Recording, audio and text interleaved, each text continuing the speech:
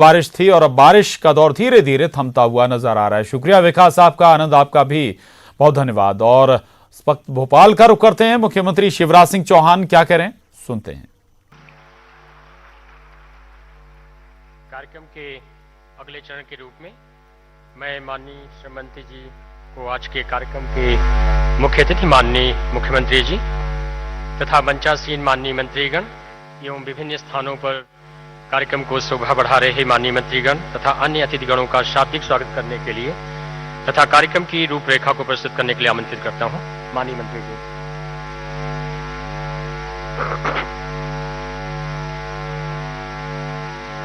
आज इस महत्वपूर्ण कार्यक्रम में उपस्थित हमारे लोकप्रिय जननेता आदरणीय मुख्यमंत्री जी का मैं हृदय से अभिनंदन करता हूं। हमारे बीच में उपस्थित हमारे साथी मंत्री एवं दूरस्थ जिलों में हमारे उपस्थित सभी जनप्रतिनिधि, आज उनका भी मैं इस मंच के माध्यम से स्वागत करता हूं।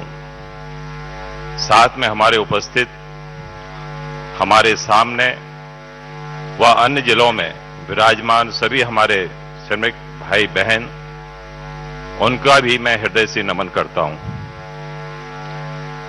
आज एक सरल हृदय और जन जन के प्रति संवेदनशील होने वाले ऐसे माननीय मुख्यमंत्री जी,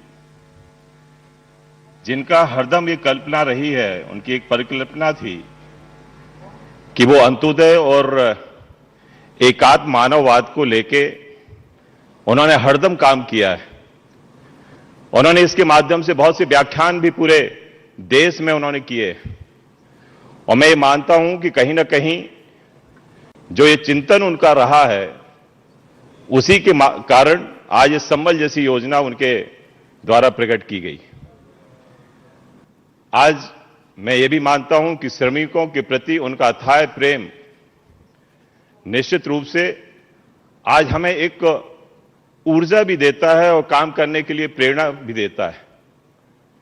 मैं माननीय मुख्यमंत्री जी को विश्वास दिलाना चाहता हूं, मैं या मेरा विभाग जो उद्देश्य, जो विचार आपके हैं, उनके लिए हम लोग सब कुछ करने के लिए तैयार हैं।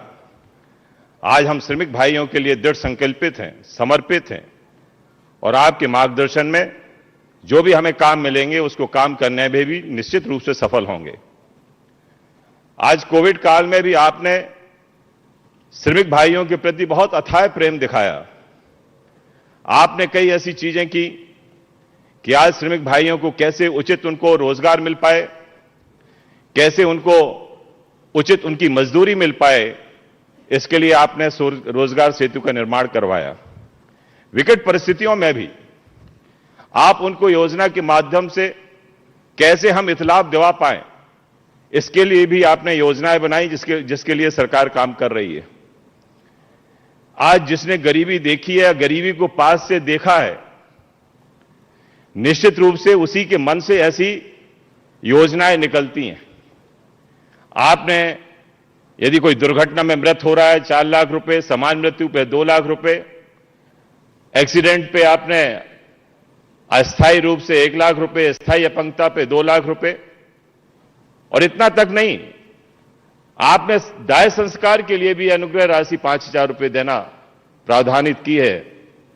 मैं ये मानता हूं कि निश्चित रूप से आपने उन गरीबों का, जिनके साथ ये बीतती है, यदि इन विकट परिस्थितियों में यदि आप ये पैसा देके उनको यदि एक राशि दे रहे हैं, तो निश्चित रूप से उस गरीब भाई से पूछिए, उसको एक संबल प्रदान करती है ऐसी कठिन परिस्थितियों में। आज मैं वहीं तत्कालीन सरकार को देख रहा था कि उसने आपकी इस संवेदनशील योजना को बंद करने का एक दुस्साहस किया। उन्होंने इसको नई योजना को लाने के लिए एक नया सवेरा का निर्माण करना चाहा, लेकिन वो सफल नहीं हो पाए, क्योंकि उन लोगों ने गरीबी कभी नजदीक से देखी नहीं। आज हमारे मुख्यमंत्री हैं जो नित्य नई योजनाएं गरीबों के हित में घोषित कर रहे हैं। आज उनके कर कमलों से करीब 3700 लोगों को 80 करोड़ रुपया उनके खातों में वो लाभ देने वाले हैं। आज अभी तक उन्होंने करीब 1.5 लाख लोगों को 1349 करोड़ रुपए देकर इससे लाभान्वित किया है और इस वित्तीय वर्ष में तो उन्होंने 128 करोड़ रुपए देके 5,807 लोगों को लाभ दिलाया है। लेकिन मुझे बड़ा आश्चर्य होता है कि एक सरकार वो थी जो कह रही थी कि खजाना खाली है और एक सरकार ये है कि नित्य नई योजनाएं गरीबों को देके और पैसा दे रही है। हम लोगों को भी, क्योंकि हम उनके मंत्री साथी हैं, हम बड़ा आश्चर्य होता है। और माननीय मुख्यमंत्री जी तो कहते हैं कि पैसे लाने का मंत्र हम आपको नहीं बताएंगे, लेकिन धन्य, मैं माननीय मुख्यमंत्री जी को धन्यवाद देना चाहता हूं कि आपने एक मेहनतकश मजदूरों के बीच में काम करने के लिए मुझे श्रम मंत्रालय दिया, क्योंकि आप सब लोग माननीय मुख्यमंत्री जी को सुनने के लिए यहां विराजमान हैं। मैं ज्यादा समय नहीं लेना चाहता, लेकिन माननीय मुख्यमंत्री से थोड़ा सा आग्रह करना चाहता हूं, क्योंकि कर्मकार मंडल कंस्ट्रक्शन वर्कर्स के बीच में हमारे जो संगठित मजदूर हैं उनके जोड़ने के लिए हम चाहते हैं, क्योंकि ऐसा ऊपर से भी प्रावधान है कि आपके माध्यम से यदि ये घोषणा हो जाएगी तो ये 4-5 लाख लोगों को इसमें लाभ मिल जाएगा। इसी तरह मैं ये भी चाहता हूं कि जो हमारे प्रवासी मजदूर भाई हैं, आज उनको भी, जो पात्र लोग हैं, उनको भी कहीं ना कहीं इस संबल योजना के तहत हमें जोड़ना चाहिए, जैसा कि हमारे ऊपर वालों का भी और आपका काफी, क्योंकि प्रवासी मजदूरों के लिए आपने बहुत काम किया है। और इसलिए मैं इतनी बात रखकर और माननीय मुख्यमंत्री से मैं निवेदन करते हुए और आप सब लोग, जो लोग आज यहां पे उपस्थित हुए हैं, उनका फिर से मैं अभिनंदन करता हूं, स्वागत करता हूं। बहुत बहुत धन्यवाद।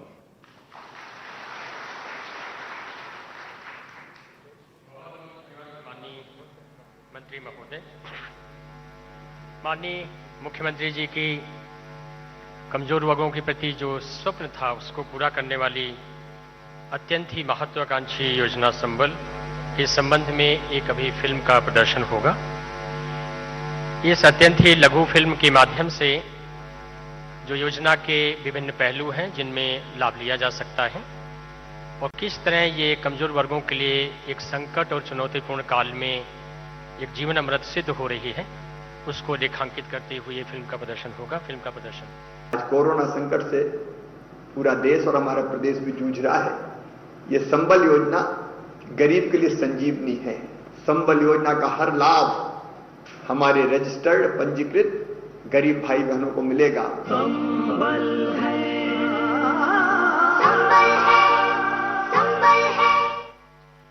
आज इस कार्यक्रम के माध्यम से लगभग 3,700 हितग्राहियों को 80 करोड़ रुपया अनुग्रह राशि के रूप में हस्तांतरित की जानी है।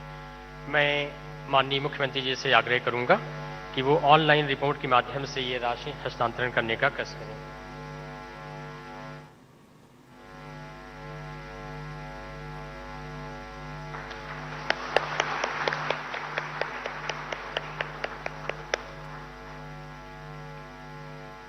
बहुत बहुत धन्यवाद माननीय मुख्यमंत्री जी एवं माननीय मंत्री महोदय। कुछ सेकंड्स और लगेंगे फिर ये सभी खातों में राशि स्थानांतरित हो चुकी होगी।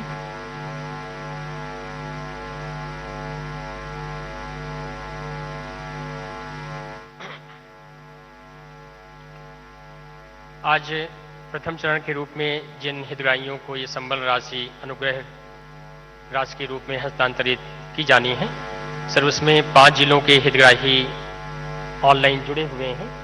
मैं माननीय मुख्यमंत्री जी से आग्रह करूंगा कि इन हितग्राहियों से चर्चा करने हेतु तथा सभी को उसके उपरांत उद्बोधन करने हेतु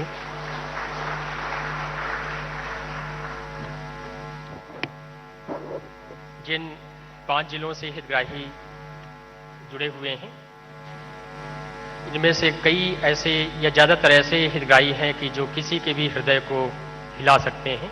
अत्यंत ही मर्मस्पर्शी प्रकरण है। प्रथम प्रकरण मंदसौर सीतामऊ जिले से श्रीमती लीलाबाई बागरी और उनके साथ में श्यामूबाई सेन उपस्थित हैं। कृपया मंदसौर को जोड़ने कस करें। मेरी बहन लीलाबाई मेरी आवाज सुन रही है? सर।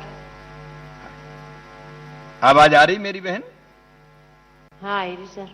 अच्छा, क्या हो गया था? मृत्यु कैसे हुई? मृत्यु लकवा कारण से हुई। लकवा के कारण? हाँ। अच्छा, घर में और कौन कौन है? मैं 2 लड़का है, एक में हूँ। अच्छा, बच्चे क्या करते हैं दोनों लड़के? एक तो मजदूरी करता है, एक स्कूल जाता है। स्कूल में कौन सी क्लास में पढ़ रहा है? दूसरी में। तो बहन उसको जरा ढंग से पढ़ाना। हाँ। आज आपके खाते में 2 लाख रुपए आ गए। हाँ।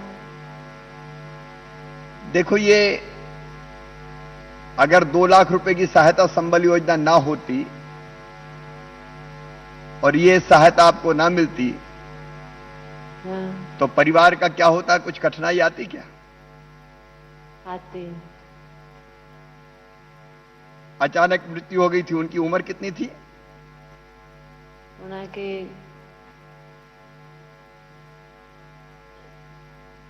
35 साल या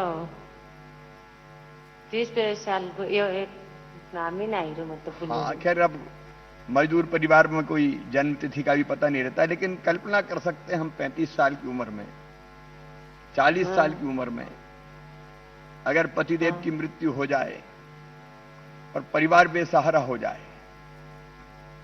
तो उस परिवार पे संकटों का पहाड़ टूट पड़ता है। जिंदगी पहाड़ जैसी हो जाती है और कैसे परिवार चले ये समस्या सामने आ जाती है।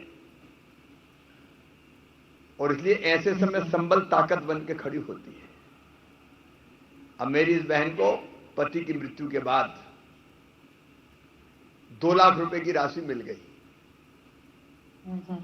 अब 2 लाख रुपए का क्या करोगी बहन?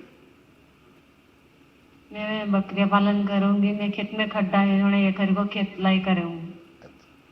तो मेरा कहना यही है कि बकरी पालन करें, दूसरे काम में लगाएं, क्योंकि ये 2 लाख रुपए की राशि महत्वपूर्ण होती है। और 2 तरीके इसके, एक तो खुद खर्चा कर कर आके खत्म कर दें, और दूसरा तरीका यह कि उसको ऐसे काम धंधे में लगा दें कि जिससे लगातार पैसा आता रहे और परिवार की गाड़ी चलती रहे, आजीविका हमारी चलती रहे। और इसलिए आपने ठीक सोचा है कि आप बकरी पालन करेंगे और खेती में सुधार करेंगे, लेकिन बेटे को भी ढंग से पढ़ाना। हाँ सर, पढ़ाऊंगा। अच्छा, आपको और कोई सरकार की योजना का लाभ मिला है क्या? मिला सर। कौन सी? ये गैस की टंकी मिली है, एक चूल्हा मिल गया। अच्छा अच्छा। हाँ। जब मकान आपके पास है कि नहीं? है। कच्चा है कि पक्का है? पक्का है। अच्छा अच्छा, तो मकान भी है, गैस की टंकी भी है, मकान में शौचालय भी है? ठीक सर। तो ठीक है, मकान की समस्या नहीं है। बिजली है कि नहीं मकान में? है। बिजली भी है, तो कम से कम रहने की। अच्छा, फिर वो जो हम सस्ता राशन देते हैं, राशन कार्ड वाला, 1 रुपया किलो गेहूं, वो मिलता है कि नहीं मिलता? मिलता है सर। वो भी मिलता है। अभी कितना मिल रहा है? वर्ष 16 किलो गेहूँ मिल रहा है, या 4 किलो सांवर मिल रहा है, 1 किलो सना मिल रहा है, 1 नमक की तेली मिल रही है, और समझे काशलेट मिलता है। अच्छा, इसमें मेरी बहन काम चल जाता है? महीने भर की जो भोजन के लिए, रोटी के लिए लगता है, उतना हो जाता है? नहीं हुए सर। अच्छा, कितना बाहर से लेना पड़ता है? लेना पड़ता है 20-25 किलो लेता है उनके बाद में। अच्छा, ये अभी एक व्यक्ति को, आपका परिवार कितने, 3 लोगों का है? हाँ। 3 का है, मतलब आपको 30 किलो मिल रहा होगा ना अभी? हाँ, 1 किलो तो पैसे से मिल रहा है ना, 1 किलो फ्री मिल रहा है। अच्छा अच्छा। अभी क्या है कि 2 योजनाओं का लाभ मिल रहा है।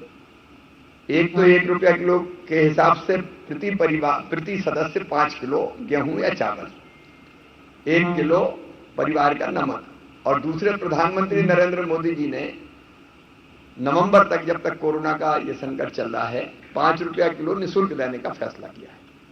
तो एक परिवार के एक सदस्य को 10 किलो मिल रहा है। अगर 5 है तो 50 किलो मिलेगा, 10 है तो 1 क्विंटल मिलेगा, ताकि परिवार वो कम से कम राशन की व्यवस्था हो जाए। मजदूरी कहाँ करती हो बहन आप? मैं मजदूरी खेती करूँ या जान के जाऊँ?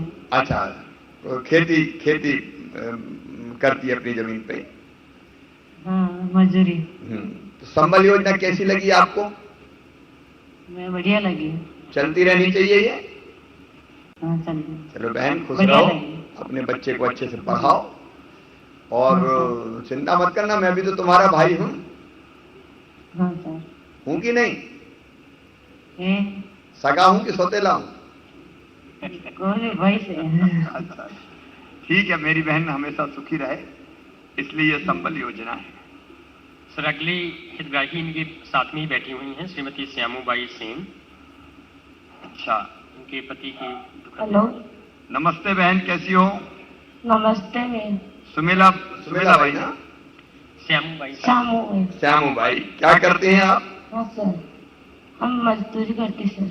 अच्छा, क्या घटना हुई अपने परिवार में? सूरत में मेरा पति काम करते, लाइट का जो करंट लगे उसकी घटना हुई। अरे, तो सूरत में ही उनका स्वर्गवास हो गया? हाँ सर। फिर क्या अंतिम संस्कार सूरत में किया था कि यहाँ लाए थे? मैं गांव में आगे थी, लाश उस शहर में पहुंचाती थी सर। अच्छा अच्छा अच्छा। और कौन कौन है घर में अपने? सास है, 9 ससुर, 2 बच्चा है सर। सास भी हैं, ससुर भी हैं और 2 बच्चे हैं। हाँ सर। बच्चे कितने कितने बड़े हैं बहन? सर, एक 12 साल का, एक 10 साल का। 10 और 12 साल के। उनको पढ़ा रहे हैं कि नहीं आप? बस पढ़ा रही सर। अच्छा, स्कूल अभी तो बंद है स्कूल, लेकिन कौन सी क्लास में पढ़ रहे हैं? बंद है सर। हैं? एक तो 9वीं में, एक 6ठी में पढ़ते सर। अच्छा, ये 9वीं और 6वीं में बच्चे पढ़ रहे हैं, उनकी फीस तो नहीं लगती स्कूल में? नहीं देती सर। अच्छा, और किताबें मिल जाती है? मिल जाती सर। निःशुल्क किताबें मिल जाती है ना? हाँ, मिल जाती। अच्छा, जो 8वीं तक बच्चा पढ़ रहा है उसको दोपहर में भोजन भी मिलता है स्कूल में? हाँ, मिलता है सर। भोजन भी मिलता है। हाँ, भोजन भी मिलता है। अभी संबल योजना में राशि मिल गई आपको? मिल गई सर। कितनी? 4 लाख रुपए। 4 लाख रुपया। देखिए, संबल योजना में यह प्रावधान किया है कि भगवान ना करे किसी के साथ ऐसा हो, जैसी दुख भरी कहानी मेरी इस बहन की है कि एक्सीडेंट में अचानक मौत हो जाए तो परिवार बेसहारा हो जाता था, समझ में नहीं आता क्या करें, बच्चे कैसे पालें, कहां जाएं। अच्छा, परिवार रिश्तेदार वाले कितने दिन साथ देते हैं? 5 दिन, 7 दिन, 13 दिन। इसके बाद तो ये जो मुसीबत का पहाड़ है ये बहन के सिर पे टूटता है और जिंदगी कई बार बोझ बन जाती है, परेशान हो जाती है। और फिर संबल में ये प्रावधान हमने किया कि अगर ऐसी भगवान ना दे कभी किसी को मृत्यु, लेकिन ऐसी अगर अकाल मृत्यु हो जाए, एक्सीडेंट में मृत्यु हो जाए, करंट लगने से मृत्यु हो जाए, तो सीधे 4 लाख रुपए की राशि उस बहन के खाते में डालने का हम काम करते हैं। और ये 4 लाख रुपया उस बहन के लिए पति की कमी तो दूर नहीं कर सकते, वो तो अनमोल है, उसकी कमी कैसे दूर हो सकती है? परिवार का मुखिया चला गया तो परिवार में बचा क्या? लेकिन फिर भी जिंदगी में जीने लायक व्यवस्था इससे हो जाती है, तो परिवार की गाड़ी चलती रहती है, बच्चे पढ़ते लिखते रहते हैं। अब ये 4 लाख रुपए का मेरी बहन क्या कर रही हो? सर, अब मैं पढ़ाई करूंगी, बच्चा की दुकान, किराने की दुकान डालूंगी। ये बहुत अच्छा सोचा है आपने। किराने की दुकान 4 लाख रुपए में आसानी से डल सकती है, छोटी किराने की दुकान। और किराने की दुकान अपनी इतनी तो चली जाएगी कि उससे गुजारे लायक पैसा महीने भर में हम कमा पाएंगे और अपनी जिंदगी चलेगी। और बच्चों को आप ढंग से पढ़ाना, क्योंकि बच्चों की पढ़ाई की भी चिंता मत करना, बच्चों की पढ़ाई की फीस भी मामा भरवाएगा, उसकी चिंता मत करना तुम। संबल योजना में इसका प्रावधान भी अपन ने किया है, क्योंकि नहीं तो फीस और पढ़ाई का खर्चा। अब संबल योजना में तो अपन ने यह प्रावधान भी किया कि अगर मेडिकल इंजीनियरिंग कॉलेज में भी एडमिशन हो जाए और 5, 7, 8 लाख रुपया खर्चा आए तो वो खर्चा भी, वो फीस भी मामा भरवाएगा, मां को नहीं भरवाना पड़ेगा किसी भी हालत में। और मजदूर के बच्चे मजदूरी क्यों करें भैया? मट्टी क्यों खोदे जिंदगी भर? अगर उनमें अकल है, उनमें बुद्धि है और उनमें मेहनत करने का गुण है तो पढ़ लिख के बड़े पद पे क्यों ना पहुंचे। मामा का सपना यही है कि मेरे ये बच्चे जो मजदूर घर में पैदा हुए अपनी मेहनत के बल पे इतने बड़े बने कि परिवार का नाम रोशन कर दे, मध्य प्रदेश का नाम रोशन कर दे, माता पिता को तार दे। इसलिए संबल योजना बनी। हमारी बहन को पति की कमी तो दूर नहीं कर सकता, लेकिन भाई है अभी, और इसलिए मुख्यमंत्री बनाए कि संबल जैसी योजना चलती रहे और आपकी जिंदगी में फिर से हम खुशियां लौटा पाए। हम आपके साथ हैं। अगली हितग्राही सुमेला बाई भील है गुना से। गुना। सुमेला बहन, मेरी आवाज आ रही है? आ रही है सर। क्या करते थे परिवार में? सर मजदूरी करते थे। क्या हुआ फिर? सर वो 2-4 दिन से बुखार आ रहा था और डॉक्टर साहब ने बोला कि इसको हड्डी बुखार हो गया। तो सर बाहर इलाज करवाने के ले जाने के लिए तो पैसे थे नहीं हमारे पास। हाँ। तो बाहर तो इलाज नहीं करवाया, गांव में इलाज करवाते रहे। डॉक्टर साहब ने बोल दिया कि ये सही हो जाएंगे। सर बाद में सही नहीं हुए और एकदम से मृत्यु हो गई। पता नहीं सर कब, कितने दिन हो गए बहन? सर 29 अप्रैल। 29 अप्रैल को स्वर्गवास हो गया। अब बच्चे दो तो दिख रहे हैं मुझे, एक बेटा है बेटी। अपने बच्चे हैं? हाँ सर मेरे ही हैं। एक बेटा है और एक बेटी है? हाँ सर। उम्र कितनी है इनकी अभी? सर एक 8 साल की और एक 6 साल का लड़का है। ये मेरा 6 साल का भांजा और 8 साल की भांजी बैठी है अपनी माँ के साथ। अब इनके पिता नहीं है, बीमारी में उनका स्वर्गवास हो गया। उम्र कितनी थी उनकी बहन? सर 28 साल। अब 28 साल की उम्र में अगर पति चला जाए तो फिर जिंदगी कैसे कटे, ये समस्या सामने आ जाती है। लेकिन इसी के लिए तो संबल योजना है। बहन अब आपके खाते में पैसे पहुंच गए? हाँ जी सर। क्या करोगी इन पैसों से? सर बच्चों को पढ़ाऊंगी लिखाऊंगी और सर गांव में एक छोटी सी रेडीमेड कपड़ों की दुकान डालूंगी ताकि मेरे बच्चे अच्छी तरह से पढ़ लिखे और अच्छी तरह से इनका देखभाल कर सकें। सुमेला, ये जरूर करना। रेडीमेड कपड़ा ठीक सोचा, गांव में और आसपास भी रेडीमेड कपड़ों की बिक्री होती है और इतनी राशि में एक छोटी दुकान खुल सकती है। क्योंकि पैसे अगर वैसे खर्चा होगा तो कल फिर संकट आएगा, लेकिन पैसा आज अपने पास है तो पैसे से अगर हमने काम शुरू कर दिया तो ये पैसे को लगातार बढ़ाता रहेगा। और बच्चों की पढ़ाई की तो चिंता करना मत, क्योंकि संबल योजना में फीस सब हम भरवाएंगे, लेकिन बच्चों का भोजन, खाना और बाकी व्यवस्था जरूर इस पैसे से, जो काम आप शुरू करोगी उसकी कमाई से हो जाएगी। अच्छा बहन, आपके पास मकान है कि नहीं? है सर, आवास योजना की तरफ से कुटी मिली थी, वो भी है, शौचालय भी है। अच्छा। बीपीएल कार्ड भी है सर। अच्छा, बीपीएल कार्ड में तो राशन भी मिल जाता है? हाँ सर मिलता है ना। राशन भी मिल जाता है और घर में बिजली भी है। और उज्ज्वला कनेक्शन है कि नहीं? सर उजाला कनेक्शन नहीं है सर, गैस वगैरह नहीं मिले थे सर। ये जरा नोट करवा लें, उज्ज्वला रसोई गैस कनेक्शन नहीं है तो आगे बात करके उज्ज्वला रसोई गैस कनेक्शन भी मिल जाए इस बहन को, ताकि रोटी बनाने में धुएं से आंखें खराब ना हो, कम से कम गैस पर रोटी बन जाए। मेरी बहन चिंता मत करना, तुम्हारा भाई भी तुम्हारे साथ है और मिलकर कोशिश करेंगे कि अपनी बच्चों का लालन पालन ठीक से हो, ये पढ़ लिख के आगे बढ़ें और पति के, आपके नाम को, अपने पिता के नाम को रोशन करें। आपके साथ हम सब हैं। सर अगली हितग्राही सागर जिले से श्रीमती सीमा अहिरवार हैं, सागर डिस्ट्रिक्ट। कैसी हो सीमा? मामा जी। कैसी हो बेटी? ठीक हूँ मामा जी। ठीक है मामा जी। क्या घटना हुई थी परिवार में? मोती गला बिगड़ गया था। अच्छा, तो कितने दिन इलाज चला? मतलब 1 1-2 महीने दवाई करवाई उनको, मतलब कि बुखार है, फिर बता दिया कि मतलब कि मोती जला बिगड़ गया। तो फिर कब नहीं रहे थे? 12 मार्च को। 12 मार्च को स्वर्गवास हो गया। अच्छा, ये बेटा आपका ही है? मामा जी मेरे 2 लड़के हैं। हाँ, 2 लड़के हैं। एक 10 साल का है। हाँ मामा जी, एक 10 साल का है, दूसरा 2 साल का है। 10 साल का और 2 साल का। तो ये बेटा काय में पढ़ रहा है अभी 10 साल का?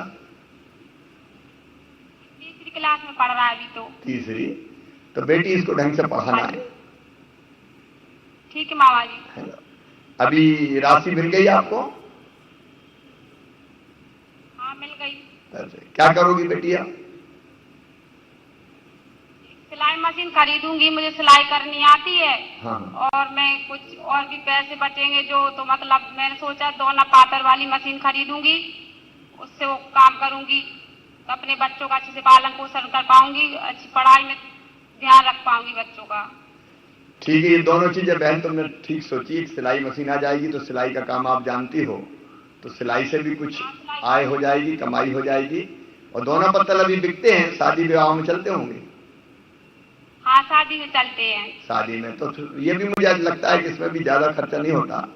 दोने पत्तल की मशीन भी इतने पैसों में आराम से आ जाएगी और उससे भी परिवार की आय बढ़ेगी। लेकिन एक बात सुनना सीमा, हिम्मत मत हारना बिल्कुल है। हिम्मत नहीं हारी मामा जी मैंने। हाँ, हिम्मत मत हारना, मामा भी तो साथ है तुम्हारे। अच्छा, मकान है कि नहीं अपने पास? मकान नहीं है, कच्चा मकान है। कच्चा मकान है तो सीमा का जरा नाम नोट करवा लें। अपन आवास योजना के अंतर्गत सीमा का नाम आ जाए और मकान पक्का मिल जाए सीमा को, इस बात की व्यवस्था भी करेंगे ताकि कम से कम सुख से घर में रह तो सके। बेटी और कोई योजनाओं का लाभ मिला है कि नहीं? तुम्हें राशन वगैरह मिल रहा है कि नहीं? मिलता है मामा जी, राशन कार्ड है, मतलब मिलता है कंट्रोल से, मतलब हाँ। गेहूँ मिलती है। हाँ। और चावल मिलते हैं, कल्याणी पेंसिल भी मिलती है। अच्छा, वो कल्याण वाली। प्रधानमंत्री आवास में नाम भी आ चुका है, मतलब गैस भी है हमारा। अच्छा, गैस भी है। तो देखो बेटी, इतनी चीज अगर नहीं होती तो जिंदगी और कठिन होती है ना। लेकिन इन चीजों के कारण थोड़ा कम से कम गुजारा तो हमारा चल जाता है। अपनी बेटी को मैं आश्वस्त करता हूं, और केवल सीमा को आश्वस्त नहीं कर रहा। मुझे जितनी बहनें और बेटियां ऐसी सुन रही है, असमय जिनके पति का निधन हो गया, परिवार अनाथ हो गया, वो मेरी कोई भी बहन अपने आप को अनाथ ना समझे। जब तक मैं हूं तब तक किसी ऐसी बहना को अनाथ नहीं होने दूंगा। उनके साथ डट के मध्य प्रदेश की सरकार को खड़ा कर दूंगा ताकि उनकी जिंदगी चलती जाए। ठीक है मामा जी। चिंता मत करना, और जब जरूरत पड़े तो फिर भी चिट्ठी लिखना, फोन करना, मैं संपर्क में बना रहूंगा। हमेशा हम लोग साथ मिलकर चलेंगे, बच्चों को ढंग से पढ़ा के आगे बढ़ाएंगे। सर, अगली हितग्राही रायसेन जिले से श्रीमती साधना बाई है, रायसेन जिला। साधना बहन है। नमस्ते। कैसी हो बहन? नमस्ते सर। नमस्ते बेटी, कैसी हो? हाँ, क्या घटना हुई थी घर में? ठीक है, घर की बीमारी थी सर उनको। अच्छा, कब निधन हो गया? और सांस उठ रही थी, एकदम से तबीयत खराब हो गई थी। अच्छा, तो एकदम 2-3 दिन बीमार रहे थे और तब शांत हो गई थी। घर में ही थे कि अस्पताल तक पहुंच पाए थे?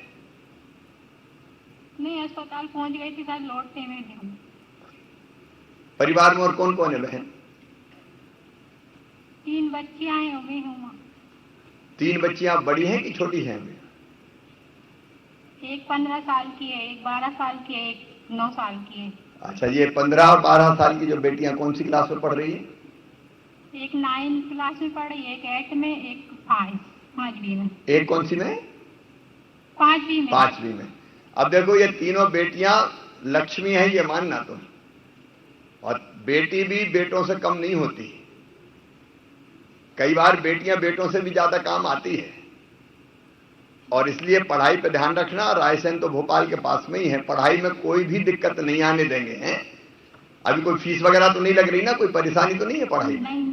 नहीं सर। अभी 9वीं में है अब 12वीं, अब तो नई शिक्षा नीति में 11वीं के बाद ही थोड़ा सा सिस्टम चेंज हुआ है, लेकिन कोशिश करना कि कोई अच्छी पढ़ाई बेटियों से भी बात करके वो करें, क्योंकि उच्च शिक्षा की फीस भी हम भरवाएंगे बेटियां। अगर उनके ऊंची क्लास में मेडिकल इंजीनियरिंग में कोई और विषय में उनका एडमिशन होता है तो वो फीस भी भरवाएंगे, उसकी चिंता मत करना। अब जो पैसे मिले उसका क्या करने वाली हो?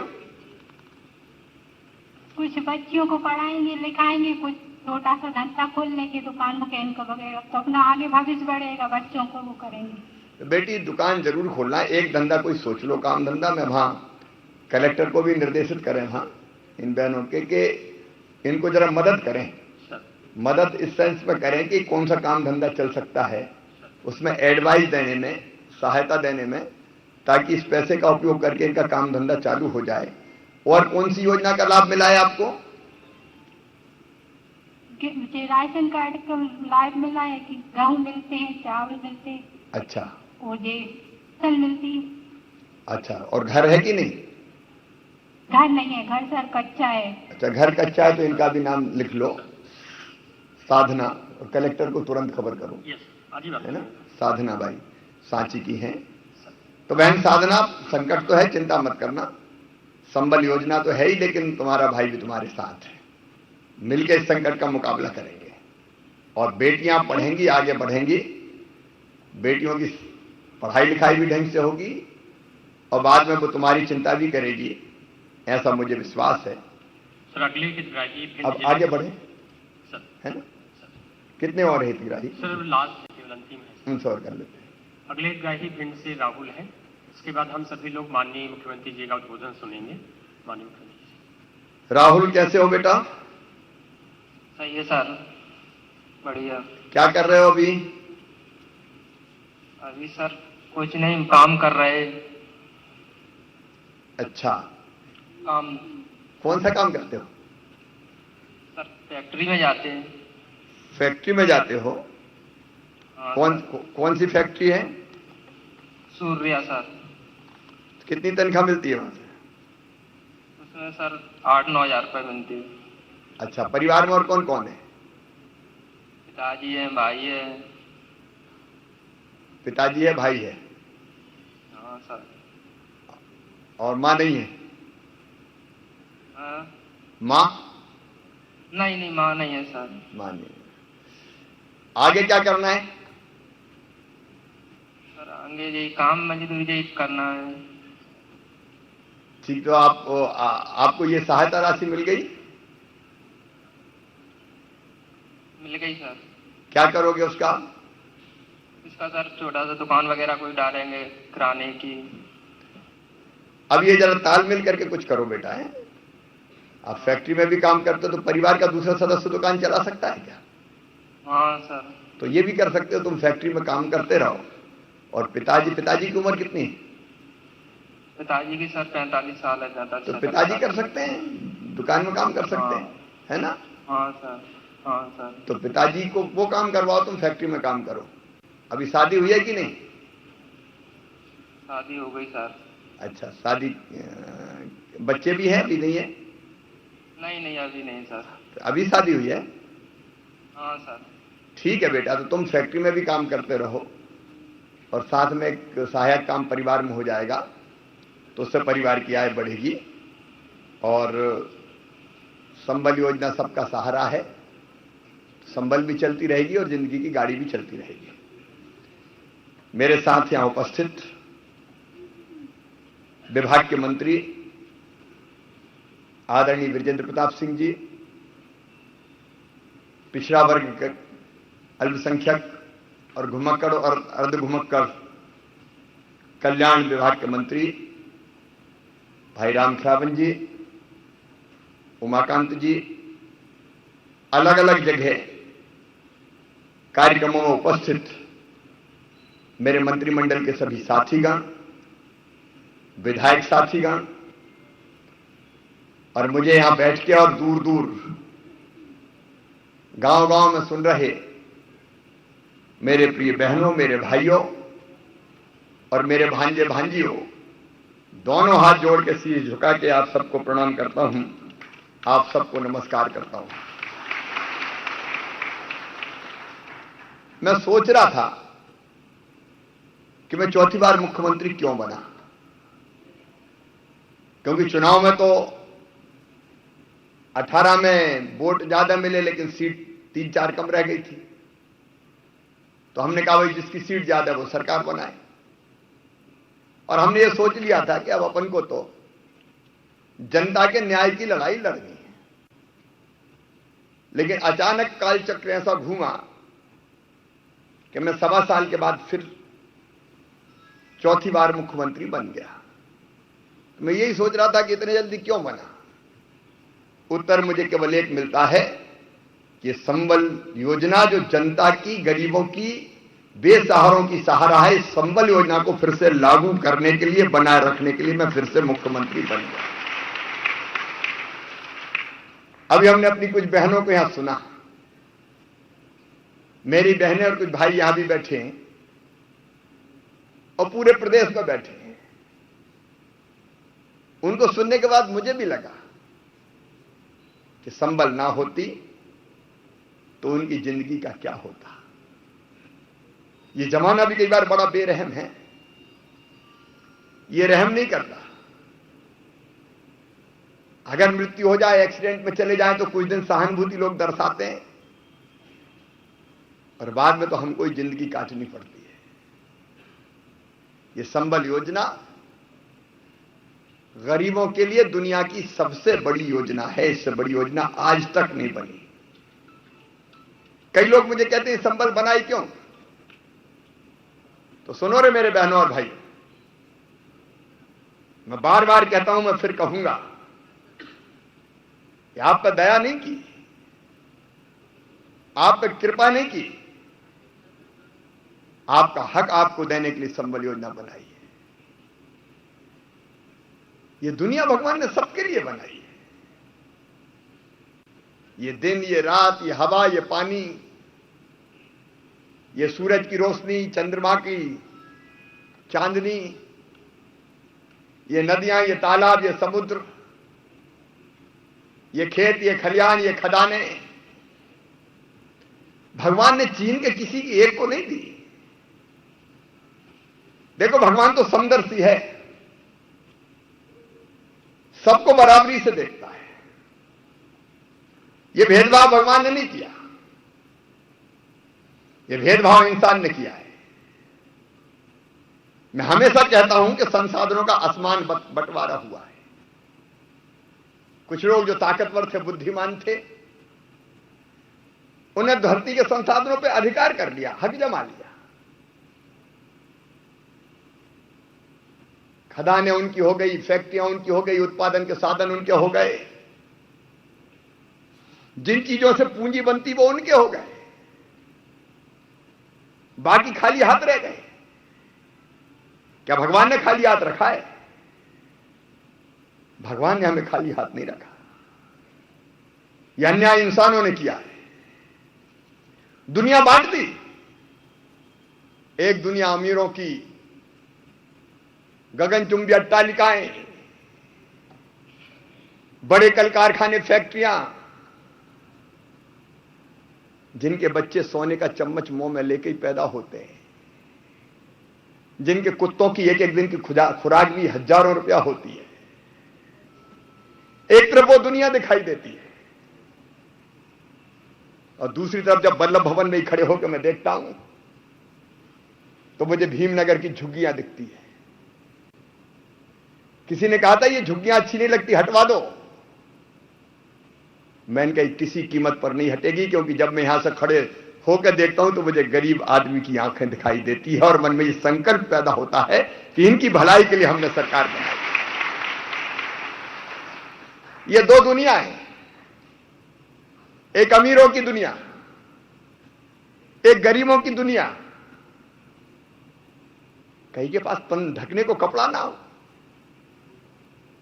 भरपेट भोजन ना हो, यह नहीं चल सकता दुनिया में। उससे असमानता मिटानी पड़ेगी, ये भेदभाव समाप्त करने होंगे, अमीरी गरीबी की खाई पाटनी पड़ेगी, और ये विचार आज का नहीं है, कई वर्षों से चल रहा है। इसको लेकर कई विचारधाराएं जन्मी। एक विचार है कि छुड़ा लो, जिनके पास है छुड़ाओ। वर्ग संघर्ष, लेकिन वो रास्ता सही रास्ता नहीं है, वो खून खराबे का रास्ता है। उस रास्ते ने दुनिया का भला नहीं किया। तो दूसरा रास्ता है संसाधनों का समान बंटवारा कर दो। मतलब जो अमीर है उनसे टैक्स वसूलो, और जो गरीब है उनको सुविधा और साधन बांट दो। यह दूसरा रास्ता शांति का रास्ता है। और मुख्यमंत्री होने के नाते मैं अपना संकल्प व्यक्त करता हूं, ए मेरे गरीब बहनों और भाइयों, ये धन्नू पन्ना कल्लू मन्ना तेरी जिंदगी को सूनी नहीं रहने देंगे। तेरी जिंदगी बदलेंगे, गरीब बहनों और बेटियों की जिंदगी बदलेंगे, गरीब बच्चों की प्रगति और उन्नति के नए नए रास्ते खोलेंगे। और संबल योजना अगर मैंने बनाई तो ये संसाधनों के समान बंटवारे के लिए बनाई कि गरीब गरीब ना रह पाए, उसका काम चल जाए, उसकी जिंदगी की गाड़ी चल जाए। अरे गगन तुम भी अट्टालिकाएं ना दे पाए तो एक छोटा सा मकान तो पक्का मिल जाए, मकान में शौचालय हो जाए, रसोई गैस का कनेक्शन मिल जाए, बच्चे पढ़ने स्कूल जाए, और कभी आकस्मिक दुर्घटना हो जाए तो उसमें भी सरकार सहारा बन के खड़ी हो जाए।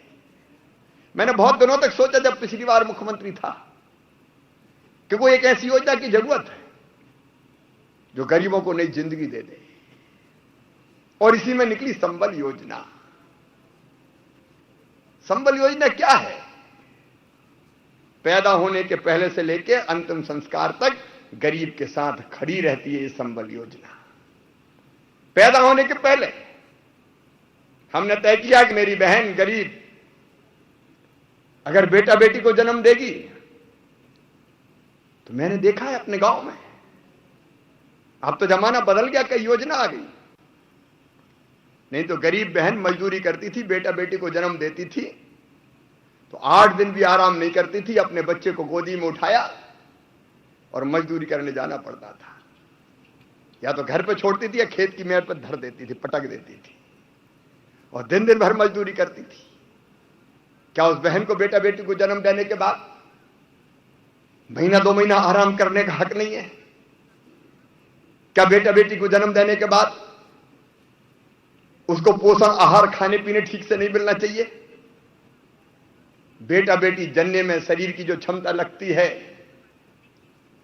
क्या उसकी भरपाई नहीं होनी चाहिए? बड़े घरों में तो मायके वाले लड़ुआ लेके आ जाए, गरीब बहन आखिर क्या करे? तब मेरे मन में यह विचार आया कि बेटा बेटी पैदा होने के पहले 4000 और बेटा बेटी के जन्म के बाद 12000 दे दे मामा, तो गरीब बहन भी तो घर पे जाके आराम कर ले। इसलिए ये राशि देने की योजना बनी ताकि महीना 2 महीना अपने बच्चे के साथ रहे। ये संबल योजना में हमने शुरू किया। पिछली सरकार ने तो मौका लड़ुआ भी बहनों का छीन लिया, संबल योजना बंद कर दी थी। बेटा बेटी पैदा हो तो राशि, बेटी पैदा हो जाए तो लाडली लक्ष्मी, और फिर दिमाग में आए कि बेटा बेटी स्कूल जाए। क्यों केवल अमीर आदमियों की बेटा बेटी पढ़े, गरीबों के नहीं पढ़े? उनमें अकल नहीं है क्या? उनमें बुद्धि नहीं है क्या? उनमें क्षमता नहीं है क्या? क्या उनको आगे बढ़ने का हक नहीं है?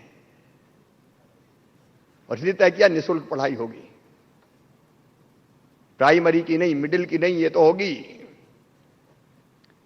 उच्च शिक्षा की पढ़ाई भी निःशुल्क होगी। मेरे बेटा बेटी गरीब मेधावी है, तो मैं मध्य प्रदेश की 7.5 करोड़ जनता को आश्वस्त करता हूं, चाहे कहीं से पैसे लाऊं, उनकी फीस मैं भरवाऊंगा, भारतीय जनता पार्टी की सरकार भरवाएगी। इनको भी जीने का हक और मुस्कुराने का अधिकार है। आगे बढ़ने की ललक उसकी पूरी होनी चाहिए। और इसलिए स्कूल में यूनिफॉर्म, स्कूल में मध्याह्न भोजन, स्कूल में किताबें, दूसरे गांव जाना पड़े तो साइकिल, और 12वीं में अच्छे नंबर लाए तो अलग योजना। भांजे भांजियों को लैपटॉप भी देने वाला हूं, 12वीं वालों को उनके भी छुड़ा लिए थे, स्मार्टफोन छुड़ा लिए थे पिछली सरकार ने, वो फिर से चालू करने वाले। लेकिन पैदा हो गए, दुनिया में आ गए तो पढ़ाई की व्यवस्था। अभी बहन ने बताया कि बीमारी में इलाज नहीं हुआ, मौत को गले लगाना पड़ा। यह संबल योजना मेरे बहनों और भाइयों हर गरीब को इलाज की गारंटी देगी। कोई गरीब बिना इलाज के ना रहे। संबल में इसका प्रावधान क्या है, इसको और मजबूत बनाऊंगा। माननीय प्रधानमंत्री जी की आयुष्मान भारत योजना से और ढंग से जोड़ेंगे। ये इलाज की व्यवस्था संभल करवाएगी, फीस की व्यवस्था संभल करवाएगी, बेटियों की शादी की व्यवस्था संभल करवाएगी। कन्यादान योजना बंद करने की तुक क्या थी, मुझे तकलीफ होती है। कह दिया 51,000 देंगे, शादियां होगी, धेला नहीं दिया। और बिजली के बड़े बिल, पिछले दिनों गरीबों ने शिकायत की कि बड़े बड़े बिल आ रहे हैं मामा। हमने ठंडे बस्ते में पटक दिए, फिर से सरल समाधान योजना बनाएंगे। अगले महीने केवल 1 महीने के बिजली का बिल आएगा तुम्हारा, ताकि बिजली का बिल बोझ ना बन जाए, मकान पक्का मिल जाए। हर 3 साल में मेरे गरीब बहनों और भाइयों, मध्य प्रदेश के किसी गरीब को बिना मकान के नहीं रहने देंगे। सबके पास छोटा भले ही हो, लेकिन पक्की छत होगी, पक्का मकान होगा। उस दिशा में तेजी से काम करेंगे। कल एक और बड़ा फैसला किया है हमने। वर्षों से जो गरीब जहां मकान बना के रह रहा है, पट्टा देके वो जमीन उसके नाम कर दी जाएगी, परमानेंट उसके नाम हो जाएगी, ताकि उसकी जमीन तो हो। अरे इतनी तो दी होगी भगवान ने कि जिसमें अपनी कुटिया बना के रह सके रे। इतनी जमीन का तो हकदार है कि नहीं जब पैदा हुआ है तो। और जब वो पट्टा देने का अधिकार दिया है हमने। अगर स्थायी अपंगता बता रहे थे मेरे मंत्री जी, काम करते करते हाथ चला गया, पांव चला गया, क्या करेगा गरीब आदमी? बैठे बैठे कौन खिलाएगा? अस्थायी अपंगता में 1 लाख, स्थायी अपंगता में 2 लाख, ताकि काम धंधा बैठे बैठे भी कर सके। उपकरण औजारों के लिए पैसा। सुपर 5000 योजना बनाई, जिसमें अच्छे नंबर लाए 12वीं में तो फिर पैसे की व्यवस्था बच्चे को। और एक्सीडेंट में मौत हो तो 4 लाख। अब लोग मजाक मानते थे कि शिवराज तो बांट रहा है, संबल में बांट रहा है। मैं बांट रहा हूं बहनों और भाइयों, या अधिकार दे रहा हूं, न्याय दे रहा हूं। कहते थे फ्री में बांट रहा है। मेरी आलोचना करने वालों, मैं फ्री में नहीं बांट रहा, गरीबों को उनका हक और अधिकार दे रहा हूं। और इस अधिकार को देने से दुनिया की कोई ताकत मुझे रोक नहीं सकती, भारतीय जनता पार्टी की सरकार को रोक नहीं सकती। उसने एक नया सहारा संबल बनी है। आज जिन बहनों की कहानी हमने सुनी, जिन बहनों का दर्द हमने देखा, उससे पता चलता है कि योजना कितनी महत्वपूर्ण है। अरे 2 लाख करोड़ से ज्यादा का बजट है। मैं मानता हूं मेरे बहनों और भाइयों, कोविड के कारण खजाना खाली है, मैं साफ कह रहा हूं, पैसे नहीं है। रात को सोता हूं तो ये सोच के सोता हूं कल काम कैसे चलाऊंगा, क्योंकि जैसे परिवार चलता है वैसे प्रदेश भी चलता है। लेकिन तो भी संकल्प है कि गरीबों की जिंदगी की गाड़ी रुकने नहीं दूंगा, चाहे कुछ हो जाए। संबल जैसी योजना हर हालत में चलती रहेगी। अरे उधार भी ले आएंगे, बाद में चुकाएंगे। ये दिन भी बदलेंगे, परमानेंट थोड़ी रहेंगे। कोरोना फरोना जाएगा और फिर से काम धंधा चलेगा, तो तब तक उधार फुधार लेकर काम चलाएंगे। अखबार वाले छाप देते हैं फिर 1000 करोड़ का कर्ज यहां लिया और लूंगा, भूखे थोड़ी मरने दूंगा मैं। जितना लेना पड़ा लेंगे, बाद में चुकाएंगे, लेकिन भरने नहीं देंगे किसी गरीब को। कल एक और फैसला किया हमने, जो गरीब किसान हैं उनके लिए वरदान है। 1 एकड़ 2 एकड़ जमीन इतना पैदा ही नहीं होता बेचारों यहाँ कि बेचने जाए कहीं, उनको उपार्जन का लाभ नहीं मिलता, उनको बाकी योजनाओं का लाभ नहीं मिलता। तो मैंने कहा प्रधानमंत्री जी के 6 और मुख्यमंत्री के 4 करके 10,000 रुपया साल उनको भी देंगे, ताकि उनकी भी जिंदगी की गाड़ी चलती रहे। और आपके चेहरे पर मुस्कुराहट देख लेता हूं तो मेरी तो जिंदगी सफल हो जाती है कि मामा तेरी जिंदगी सफल रहे, मुख्यमंत्री बनना सफल हो गया। बाकी काहे के लिए, कोई बोझ बनने के लिए मुख्यमंत्री थोड़ी, कोई बोझ बन के कुर्सी पे बैठने का शौक नहीं है। आपकी जिंदगी बदलने के लिए आया हूं और जिंदगी बदल के रहूंगा, चाहे कुछ हो जाए। सभी बहनों भाइयों को शुभकामनाएं, धन्यवाद, नमस्कार।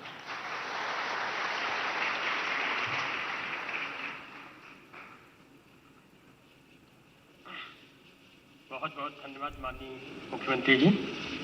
सर, आपका 1 मिनट हम लोग और लेना चाहेंगे।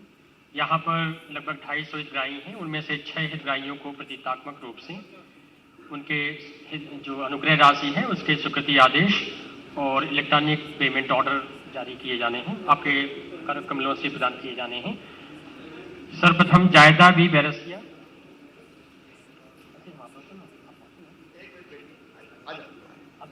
ये 2 चीजें और, एक जो संगठित मजदूर हैं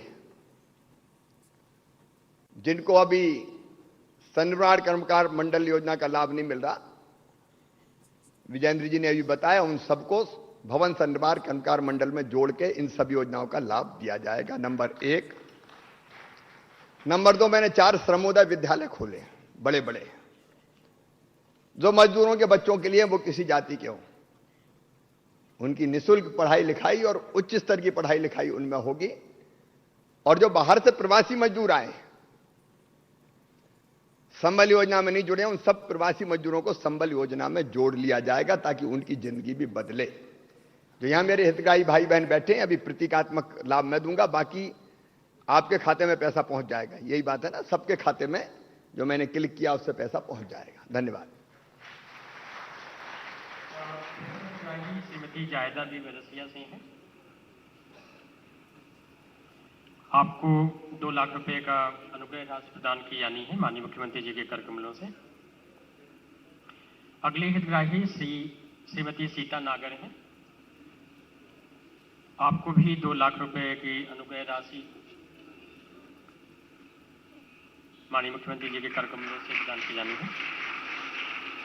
उसके उपरांत रेखाबाई तैयार रहेंगी। आपको भी 2 लाख रुपए की अनुग्रह राशि प्रदान की जानी है। अगले सुहागमल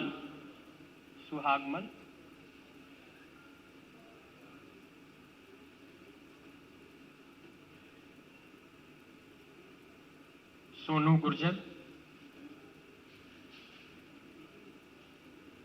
इसके उपरांत श्री प्यार सिंह, सोनू गुर्जर,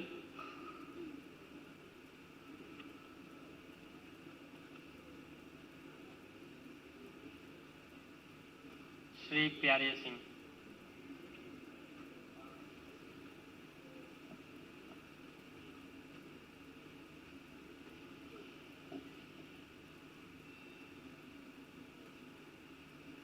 श्री प्यारे सिंह,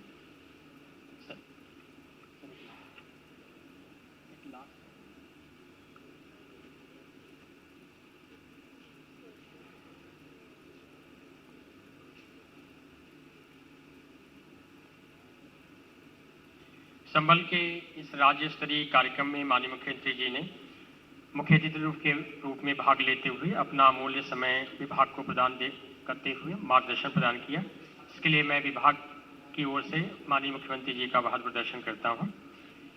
श्रम मंत्री जी तथा मंच में आसीन पिछड़ा वर्ग एवं ग्रामीण राज्य मंत्री जी का भी मैं आभार प्रदर्शन करता हूं। विभिन्न स्थानों पर अन्य सभी माननीय मंत्रीगण तथा बहुतायत संख्या में हितग्राही और नागरिकगण भी भाग लिए हैं, उन सबका भी मैं हृदय से आभार प्रदर्शन करता हूं। धन्यवाद, सभी को धन्यवाद।